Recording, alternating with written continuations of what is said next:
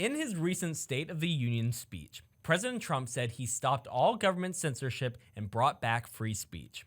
But his opponents say he's done the exact opposite. So, who's right? That is for you to decide. The First Amendment says the government can't pass laws that take away our freedom to speak. Our founders made this rule because back in England, it was a crime for them to criticize the king, and the founders didn't like the idea of facing penalty of death for speaking their mind. In the US, courts see free speech as a basic right. They say speech should be wide open, energetic, and unrestricted. There are three main types of speech. Pure speech, so just words like what I'm saying now. Speech plus, so words and actions like holding signs and chanting. And then symbolic speech, actions that express a message like burning a flag or doing a silent protest. All of these can be protected by law. But where you speak matters too. In private places, like your home, the government has almost no control. In public places like parks or streets, or designated public places like malls, the government can make rules about when, where, and how you speak, but not about what you speak about. This is because we don't want the government to decide what thoughts, ideas, or debates can be expressed. In other words, the government shouldn't be able to regulate the content of what's said. But we recognized that it is in the public interest sometimes to limit where speech can occur. So for instance, a law that says you can't express support in a public park for any country besides the USA during the World Cup is a limit on speech based on content, and that would be unlawful. But a law that says you can't exercise any form of expression in a public park after 10 p.m. is likely to be fine because it doesn't restrict any one kind of viewpoint, and it is meant to ensure the people around the park aren't bothered when trying to go to sleep. Now, to decide if the government is properly limiting speech, courts perform the following analysis. Does the law restrict the ability to speak in public or private places? If yes, the question is whether the law is content-based. If it is, then does the law serve a compelling government interest? And is it necessary and narrowly tailored to achieve the interest? If the law is not content-based, the courts will ask, can the government support the law without referencing any content of speech? Is the law narrowly tailored to serve a significant governmental interest?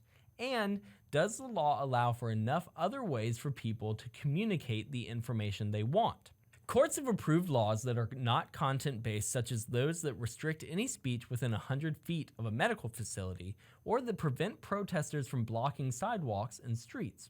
Such laws are not based on content and only limit the availability to speak in a narrow manner. While courts are much more concerned with laws that seek to limit certain types of speech, courts have determined certain content is able to be regulated, such as obscene speech, like giving porn to kids, speech that incites violence, like encouraging people to be immediately violent, and defamation, or spreading lies that hurt someone's reputation. Because everyone is wondering, the courts found porn is not considered obscene just because it involves sex. If speech just provokes normal, healthy sexual desires, it is lawful. Also, the courts have allowed a carve-out of obscene language as long as it's not child porn within one's home because it is so private and because it says a fundamental right is to be free, except in very limited circumstances, from unwanted government intrusion into one's privacy.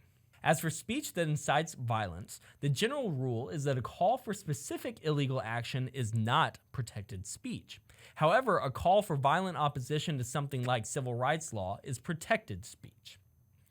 Defamation can be spoken, which is called slander, or written, which is called libel. To defame someone, you have to say something false and damaging about them to another person. It has to be more than just an opinion. It's harder to prove defamation if you're a public figure, like a politician or a celebrity. To win, the celebrity or politician has to show that you knew what you said was false or that you were reckless about what information you were discussing. That's because the courts want to protect public debate. And they figure public figures have the ability to fight back because they can get a lot of attention to refute any claim. Also, the harder to prove defamation, the less likely a powerful person will be to just sue anyone that says something bad about them because they will know that likely they can't prove defamation and will just lose out on money. So, if you're a private person, the standard to prove defamation is less. The statement just has to be false when a reasonable person would have known it was false. Now, let's talk about Trump's record. Trump's administration has threatened not to hire Georgetown law students if Georgetown University continues to teach DEI. It has said it will only award grants to artists and theaters if they agree not to promote gender ideology. It has taken away security clearance from, canceled all government contracts with, and prevented the hiring of at least 2 law firms that assisted Jack Smith and Hillary Clinton for what it claims are dishonest and dangerous activity that undermines democratic elections and the integrity of our courts.